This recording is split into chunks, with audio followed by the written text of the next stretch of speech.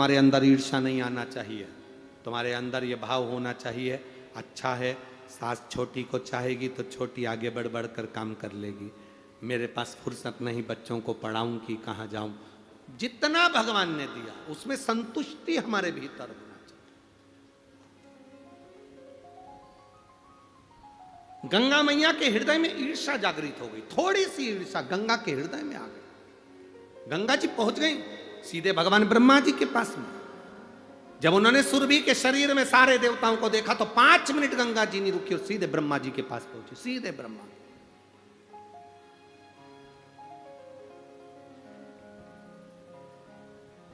किसी को बढ़ता हुआ देखो, किसी के यहां गाड़ी आते हुए देखो, किसी का बंगला बनते हुए देखो तो खुश होना कि बाबा ने इनको बंगला दिया, बाबा ने इनको गाड़ी दी, बाबा ने इनको ऐसा बनाया। कल से हमारे घर में अगर दुख आएगा, गाड़ी की जरूरत पड़ेगी तो पड़ोसी की गाड़ी कम से कम काम तो आ जाएगी, ये खुश होना।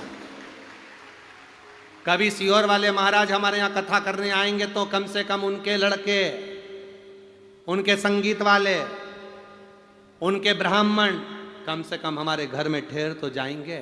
जितनी देर ठहरेंगे उतनी देर भगवान का ही तो भजन करेंगे।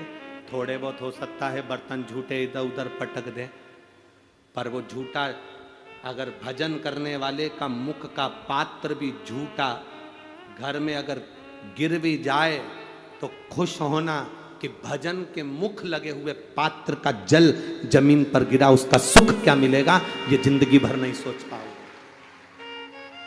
और कई ऐसे होते हैं कि भगा भी देते हैं महाराज।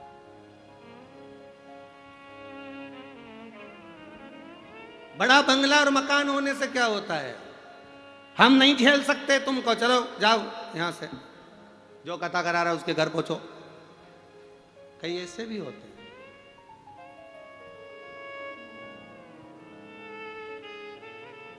अरे मत बुरे कर्म कर वरना पछताएगा, भगवान की आंखों से दूर बच नहीं पाएगा, ओ बच नहीं पाएगा। ये बंगला, ये गाड़ी, ये जमीन, ये जायदाद, ये फर्श, ये मकान सब धरा की धरा रह जाएगा। 7 दिन कथा हुई, कथा कर कर हम तो ये चल दिए। आप लोगों ने जिस भाव से कराई बाबा आपके भंडार भर दिए, जिसने जिस भाव से सुनी बाबा ने उसको उस भाव से दे दिया। हम तो कथा कर कर नागपुर चले जाएंगे, पर पत्र कथा में उसी के आएंगे जिसने दिल से सुनी होगी और दिल से कराया होगा, दिल से आनंद लिया होगा। इन पत्रों के अंदर तुम्हारा स्वभाव, तुम्हारा भाव, तुम्हारा आनंद, शिव भक्ति छुपी हुई है।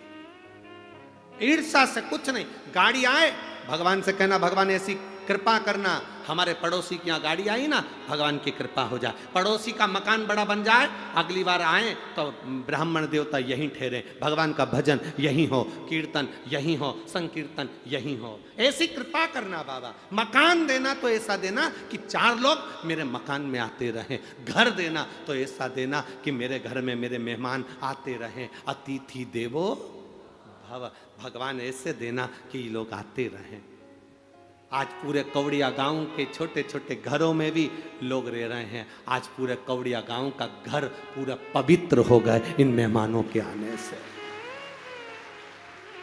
आज तक इस गांव के अंदर ये 5-5, 10-10 लाख लोग, आज तक इस गांव के अंदर इतने लोग, इतने भक्त आज तक नहीं आए होंगे। जब इन भक्तों के चलने की, इस श्रोताओं के चलने की धूल जब उड़ती होगी, जिसके सिर पे पड़ती होगी उसका तो कल्याण वैसे ही हो जाता होगा। क्योंकि वो मुख से, शिव महापुराण के अंदर लिखा है, श्री शिवाय नमस्तुभ्यम बोलने वाले के मुख का दर्शन कर लो तो 1000 अश्वमेध यज्ञ का फल मिल जाता है। तो श्री शिवाय नमस्तुभ्यम बोलकर जब ये इतने जाते होंगे, इनके चरण की जब धूल उड़ती होगी तो हमारे परिवार का और हमारा कल्याण और गांव का कल्याण तो वैसे ही हो जाए। शिव तत्व की प्राप्ति हो, भगवान शंकर के भजन की प्राप्ति हो। हमसे लोग पूछते हैं तुम्हारे कुबेरेश्वर धाम में शंकर जी बैठे नहीं हैं, तुम्हारे कुबेरेश्वर धाम में मंदिर में प्राण प्रतिष्ठा हुई नहीं है, तुम्हारे कुबेरेश्वर धाम में ऐसा क्या है कि दुनिया के लोग आते हैं और उनका बैग बंद की बंद रहता है और 3 महीने में वापस कुबेरेश्वर धाम पहुंच जाते हैं। भगवान उनकी झोली भर देता है 3 महीने के अंदर। आखिर वहां है क्या? हम कहते हैं कुछ नहीं। जितने भक्त आते हैं दिल से आते हैं, कंकर शंकर की पूजन करते हैं, दिल से जल चढ़ाते हैं, बाबा का जाप 108 बार श्री शिवाय नमस्तुभ्यम करते हैं। जब उनका जाप होता है, उनके चरण की रज जब पड़ती है तो कोई दूसरा भी आता है, उस रज को शरीर पर लगाकर पार उतर जाता है। हमारी भी आदत में है, हम जब जब कुबेरेश्वर धाम जाते हैं, सुबह अगर हम कुबेरेश्वर धाम गए हैं तो हमारा नियम है पहले कुबेरेश्वर धाम की भूमि पर लोट लगाते हैं, पूरे सो जाते हैं और बाबा की भूमि पर, किसी ने देखा भी होगा आप लोगों में अगर कोई होगा तो, सवेरे के समय पर जब भी हम कुबेरेश्वर धाम गए, दंडवत करा, लोट लगाई, उस रज को अपने शरीर पर लगाना।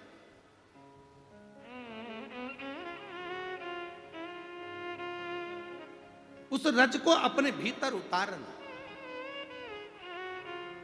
साधारण है। गंगा मैया के भीतर ईर्षा जागृत हो गई कि ये मुख्य कैसे हो गई। कई लोगों के मन में ईर्षा जागृत हो जाती, गाड़ी क्यों आई, बंगला क्यों बन गया, जमीन कैसे आ गई, ये कैसे हो गया। ना ना ना ना, आग लगे बस्ती में, जम के बोलो जरा अपन रहो मस्ती में। क्या किसको रोई है, चादर तान के सोई है। अपने को क्या करना कि क्या हो रहा।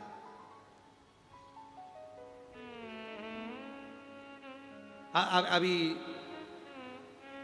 थोड़े दिन बाद चुनाव आ जाएंगे, पूरे गांव नगर नगर शहर शहर में एक ही चर्चा चलेगी, ये पार्टी कि वो पार्टी, ये पार्टी कि वो पार्टी।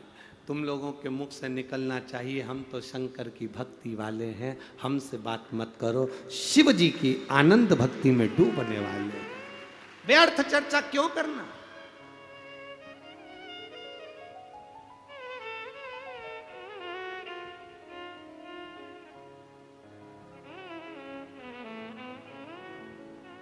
ये जो झंडा ले लेके चलते हैं, जय, वो चिल्लाते हैं भैया जी संघर्ष करो।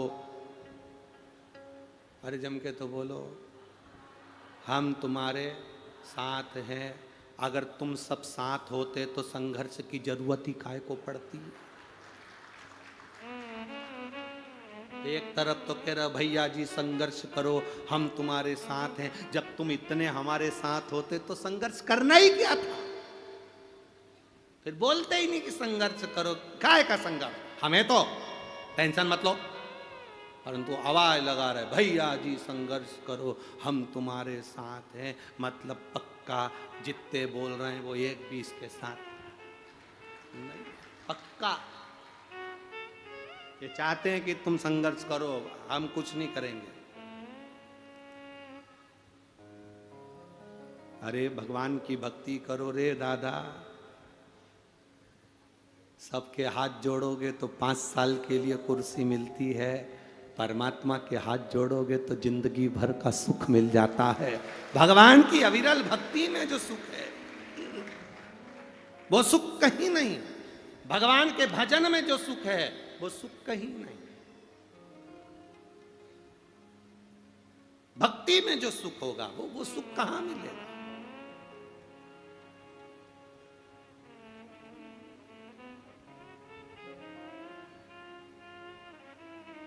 अरे ना राम नाम लीनो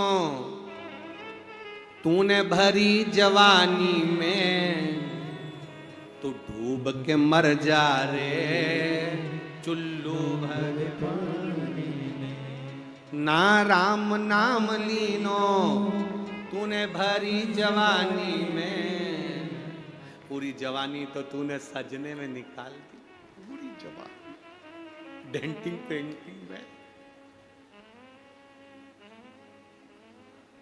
ना राम नाम लीनो तूने भरी जवानी में, तू डूब के मर जा रे चुल्लू भर पानी में। अब समझ में नहीं आता, लिखने वाले ने लिख दिया कि चुल्लू भर पानी में डूब के मर जा, पर इतना बड़ा शरीर कोई चुल्लू भर में डूबे?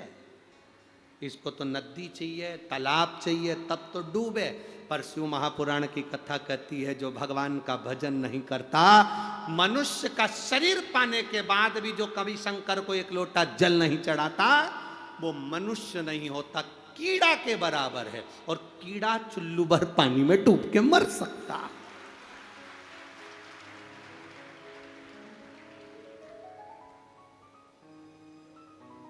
गंगा मैया के भीतर ईर्षा प्रकट हो गई। गंगा मैया पहुंच गई। अब गंगा मैया पहुंची सीधे भगवान ब्रह्मा जी के पास। ब्रह्मा जी ने पूछा गंगे कैसे आई हो? गंगा जी कहती है मुझे ये बताओ, मैं बड़ी कि गौ माता बड़ी, मैं बड़ी कि सुरभि बड़ी? ब्रह्मा जी ने मन में सोचा ईर्षा, बड़ा और छोटा का भान जब आ जाए तो ईर्षा।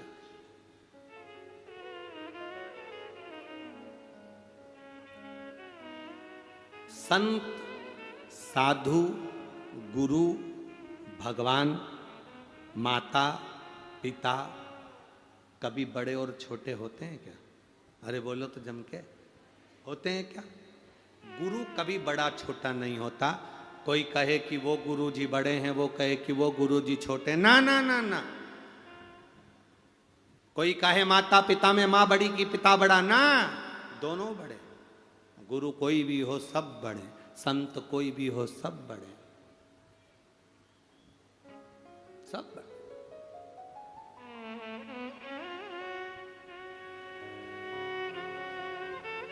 अरे भाई, पुलिस की वर्दी देखकर जैसे चोर भाग जाते हैं, उसी तरह शंकर की कथा सुनकर जाने वाले के सामने से पाप भाग जाता है, पाप भागता है, भाग रहा। गंगा जी ने कहा बताओ मैं बड़ी, गाय बड़ी कि गंगा बड़ी? ब्रह्मा जी ने कहा इसका उत्तर भगवान नारायण देंगे। नारायण के पास पहुंच गई गंगा मैया। नारायण ने पूछ लिया, भगवान विष्णु ने पूछा गंगा तुम यहाँ? गंगा जी बोली पहले बताओ कि मैं बड़ी कि गाय बड़ी? बोलो मैं बड़ी कि गैया मैया बड़ी? बोलो।